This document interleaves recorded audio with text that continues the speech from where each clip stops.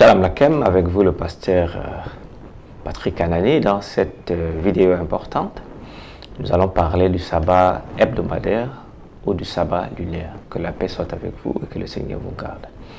Alors, dans cette vidéo, le sabbat hebdomadaire ou sabbat lunaire, nous nous posons la question si les adventistes du 7e jour observent le mauvais sabbat. Savez-vous, les juifs, les adventistes du 7e jour et d'autres groupes, n'est-ce pas, gardent le sabbat et l'observent tous les 7 jours en conformité, n'est-ce pas, avec le récit de la création dans Genèse chapitre 1, versets 1 à 2 jusqu'au verset 3. Le 4e commandement donc, dans l'Exode chapitre 20, versets 8 à 11. Mais au cours de ces dernières décennies, une certaine voix s'élève. Nombre d'individus parmi les juifs messianiques notamment, et certains adventistes 7e jour, commencent à promouvoir la théorie d'un sabbat lunaire. Cette théorie donc dit que l'observation du sabbat traditionnel fixe tous les 7 jours du coucher du soleil du vendredi au coucher du soleil du samedi. Pour eux, est une corruption, n'est-ce pas, d'un sabbat biblique original qui est basé sur le cycle de la lune. Selon ce modèle, donc, le sabbat doit, pour eux, tomber nécessairement le 8e du mois, le 15e du mois, le 22e du mois et le 29e jour d'un mois lunaire. En effet, donc, ou bien le sabbat, réputé à son origine fête de la pleine lune, aurait absorbé la néoménie en s'étendant à tous les jours critiques du mois de la lune. On pourrait alors comprendre la résurgence de la néoménie. Lorsque le sabbat se serait donc détaché du cycle lunaire pour devenir hebdomadaire. C'est des théories. Mais l'origine lunaire du sabbat est une hypothèse de plus en plus douteuse et contestée. Pour eux, sur le calendrier lunisolaire biblique, chaque lunaison ou mois lunaire commence toujours par un jour de la nouvelle lune, qui est dans une classe de jours d'adoration à lui tout seul. Pour eux, 6 jours de travail suivent donc du 2e au 7e mois. Le sabbat du 7e jour tomberait toujours le 8e, le 15e, le 22e et le 29e de chaque jour du mois de la lune. C'est la raison pour laquelle on l'appelle donc sabbat lunaire. À chaque nouvelle lune, le sabbat tomberait donc 1 ou 2 jours plus tard dans la semaine. Par conséquent, pour suivre ce système de sabbat lunaire, il faut prendre un congé différent chaque mois, ce qui s'avérerait difficile et très peu pratique. Alors, une complication supplémentaire provient du comptage présumé de la nouvelle lune et des jours de transition. Le rythme de 7 jours ne pouvant pas être maintenu si le sabbat tombe toujours le 8e, le 15e, le 22e et le 29e jour de chaque mois lunaire. Le premier jour, celui de la pleine lune ou la nouvelle lune et le 30e jour ne sont pas considérés comme faisant partie de la semaine. Donc c'est des complications assez normales qu'il faudrait prendre en compte. La célébration de la nouvelle lune, ce fut un jour d'adoration au cours duquel le peuple se réjouissait devant le Seigneur. Osée chapitre 2 verset 11. Et se reposa du travail. Amos 8 verset 5. Nombre 29 verset 1 à 3.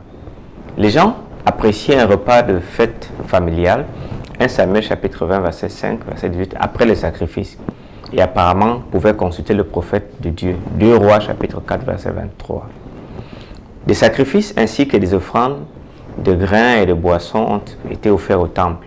Nombre 28 verset 11 à 15, 29 verset 2 à 5. Chaque Israélite devait participer à cette célébration. La vidéo de la semaine dernière a montré qu'Israël, et à la suite de son histoire, utilisait un calendrier lunisolaire. Puisque le mois lunaire est de 29 jours et demi, chaque mois compte 4 semaines avec, n'est-ce pas, 7 jours ou 2 jours de plus selon que le mois compte 29 ou 30 jours. La nouvelle lune, quant à elle, ici, ne se voit pas dans le ciel. C'est pourquoi on l'appelle aussi la lune noire. La lunaison donc commence arbitrairement à la nouvelle lune, lorsqu'elle n'est donc pas visible dans le ciel. Puis une mince croissance se dessine s'élargit en quartier. Entre le quartier et la pleine lune, elle est appelée gibbeuse. Et à partir de la pleine lune, le cycle de décroissance s'amorce jusqu'à la prochaine lunaison. Alors, la première affirmation qui dit que le sabbat du 7e jour tombe tous les 8, 15, 22 et 29 du mois lunaire. Nous allons essayer de l'analyser. Tous les sabbats cérémoniels de la Bible étaient assignés à une certaine date. La Pâque, le 14e jour du premier mois, Lévitique 23, verset 5. La fête des pains sans levain, le 15e jour du premier mois, Lévitique 23, verset 6. La fête des prémices, n'est-ce pas?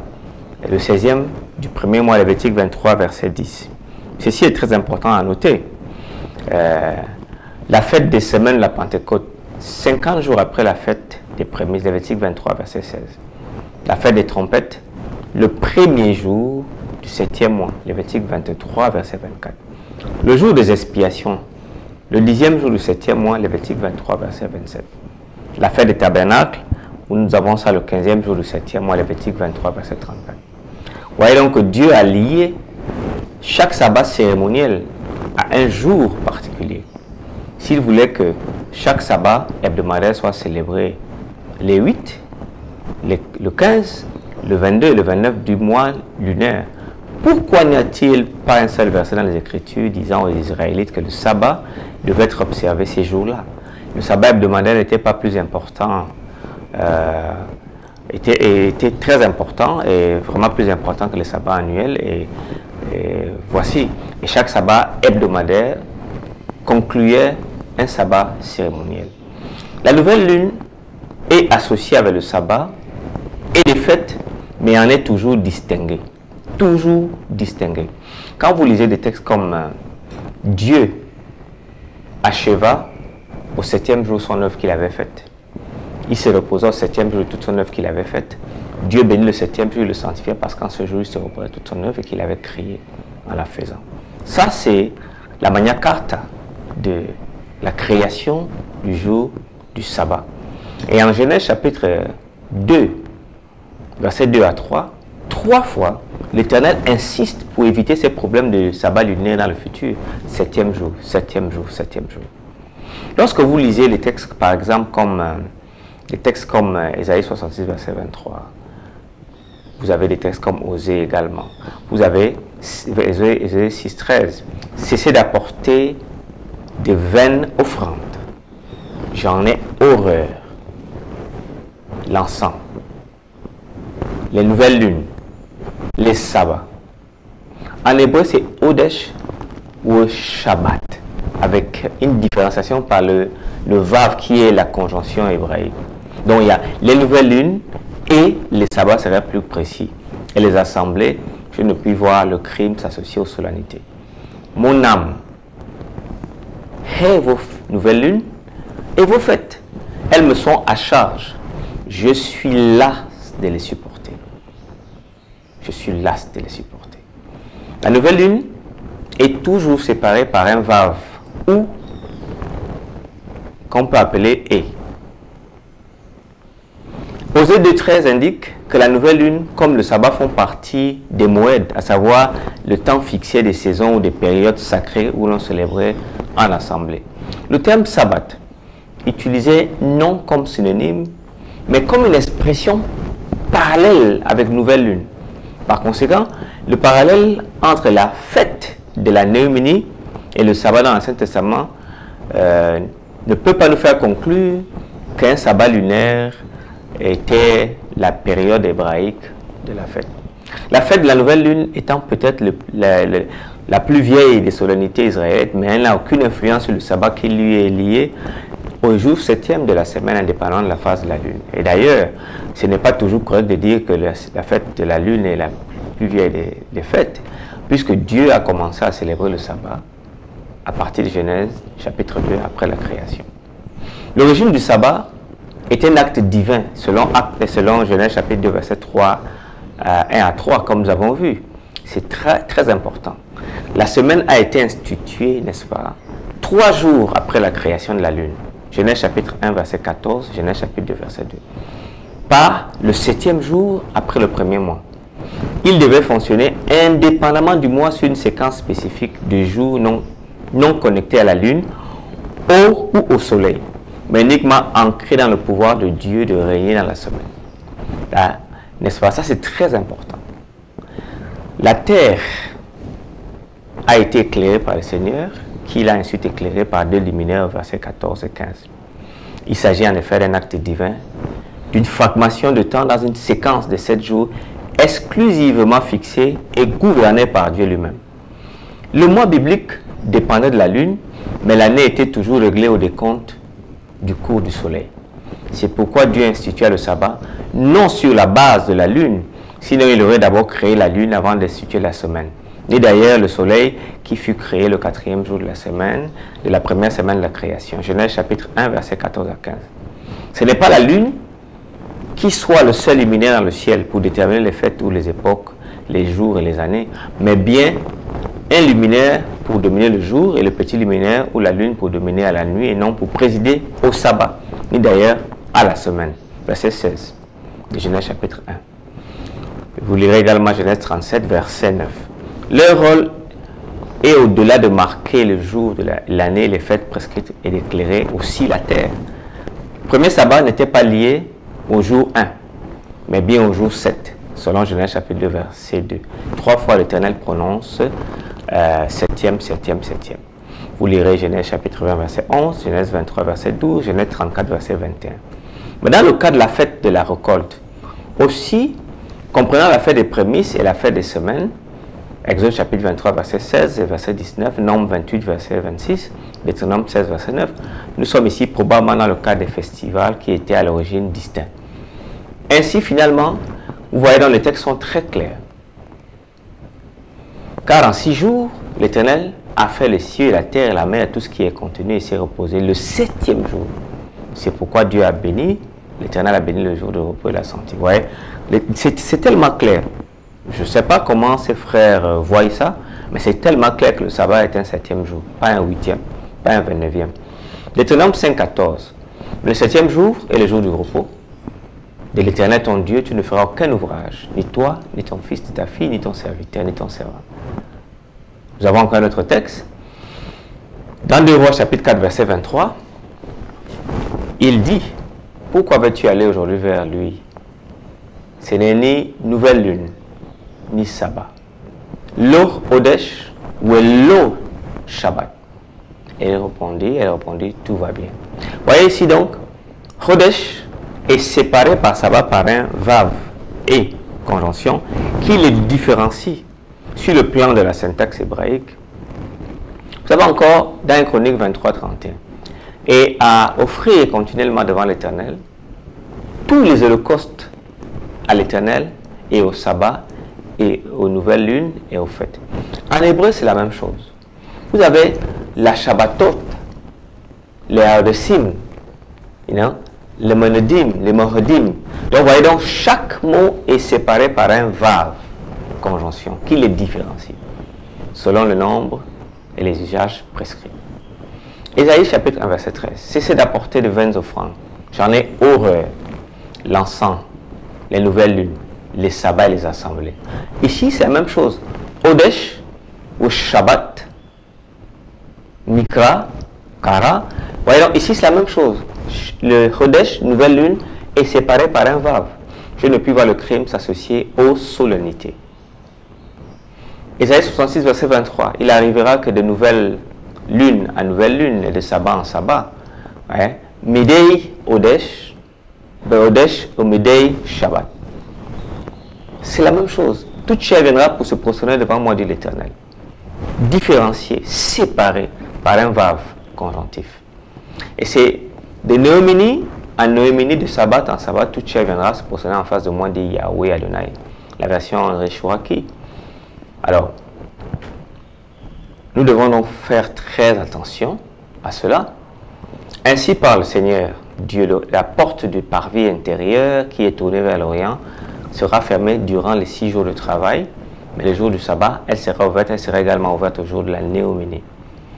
Ézéchiel 46 aussi différencie avec chaque fois au jour du sabbat, au jour de la nouvelle lune. Le sabbat et la nouvelle lune sont toujours différenciés dans l'Ancien Testament. Amos chapitre 8, verset 5. La noémie de la fête des trompettes, Shabbat, était considérée comme un jour de repos publié par acclamation. Lévitique 23, verset 24. Premier et le 8e jour de la fête des tabernacles, verset 39. Mais ceci est différent du sabbat hebdomadaire. Exode 16, verset 23, 31, verset 15, 35, verset 2, Lévitique 23, verset 32. L'observation du sabbat est liée à l'expression d'un soir à l'autre soir, Lévitique 23, verset 32. Le sabbat et la pleine lune sont toujours différenciés à chaque sabbat parmi les événements solennels dans la Bible. Nous avons vu les textes. Et vous devez donc comprendre ça, sont toujours différenciés. La Mishnah, dans le Talmud de Babylone, Rosh Hashanah 1, 3 à 3, 1, révèle l'importance d'établir correctement l'heure de la nouvelle lune, c'est vrai, et à travers sa description assez détaillée du processus par lequel le tribunal rabbinique déterminait la date de la première observation de la nouvelle lune, des témoins fiables. Le moment approprié des festivals qui tombaient à des dates prescrites par les Écritures dans les mois dépendait de la date définie comme le premier du mois.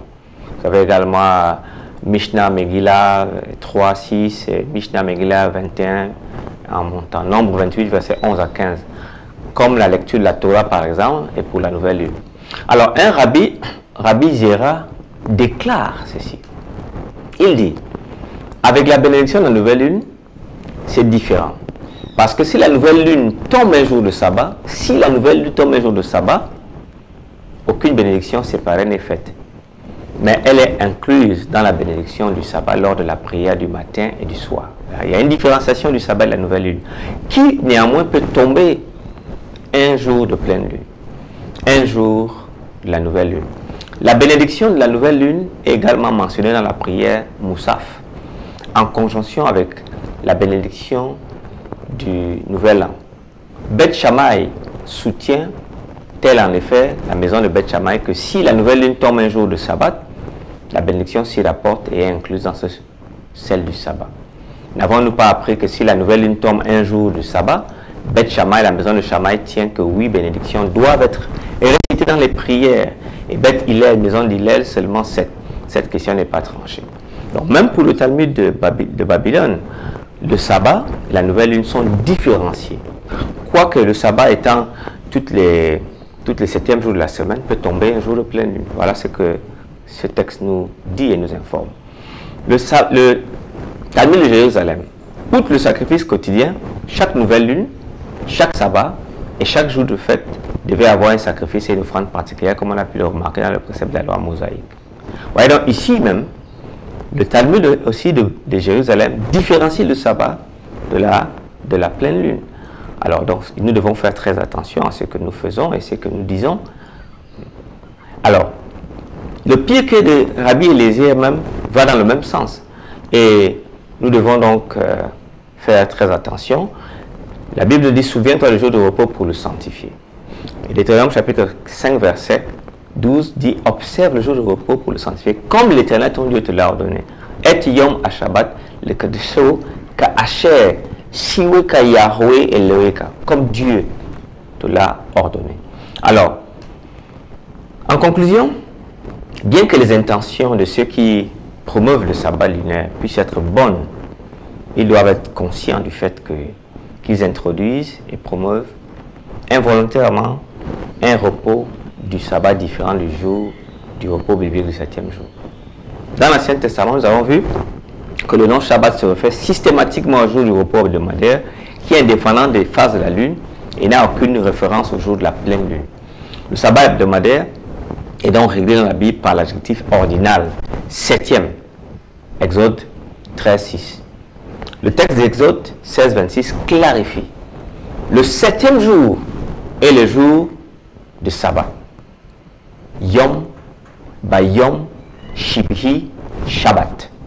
De même, dans le décalogue, la même formule est utilisée pour enlever toute ambiguïté et préciser que l'Éternel est celui qui gère le sabbat. Exode 20, 10, 11, 31, 15. Par conséquent, le jour du sabbat et le jour 7e deviennent même comme des synonymes. Le 7e jour devient le sabbat. Le jour est aussi introduit par l'effort durant les 6 jours et le repos au jour 7e. Exode 23, verset 12, Exode 24, verset 16. Ce jour est important parce qu'il est le signe de la relation qui lie les Israélites comme signe de sanctification et doit être considéré comme jour saint pour se consacrer à l'Éternel. C'est un témoignage entre nous et l'Éternel que c'est lui qui nous sanctifie. Ézéchiel chapitre 20, verset 12, verset 20. Donc, si nous nous trompons de sabbat, nous avons beaucoup de chances, en fait, de nous tromper de signe de sanctification. Observe le jour du repos pour le sanctifier comme l'Éternel, ton Dieu, te l'a ordonné. Que le Seigneur vous bénisse. La semaine prochaine, nous avons donc le canon des Saintes Écritures. Soyez connectés et restez avec nous.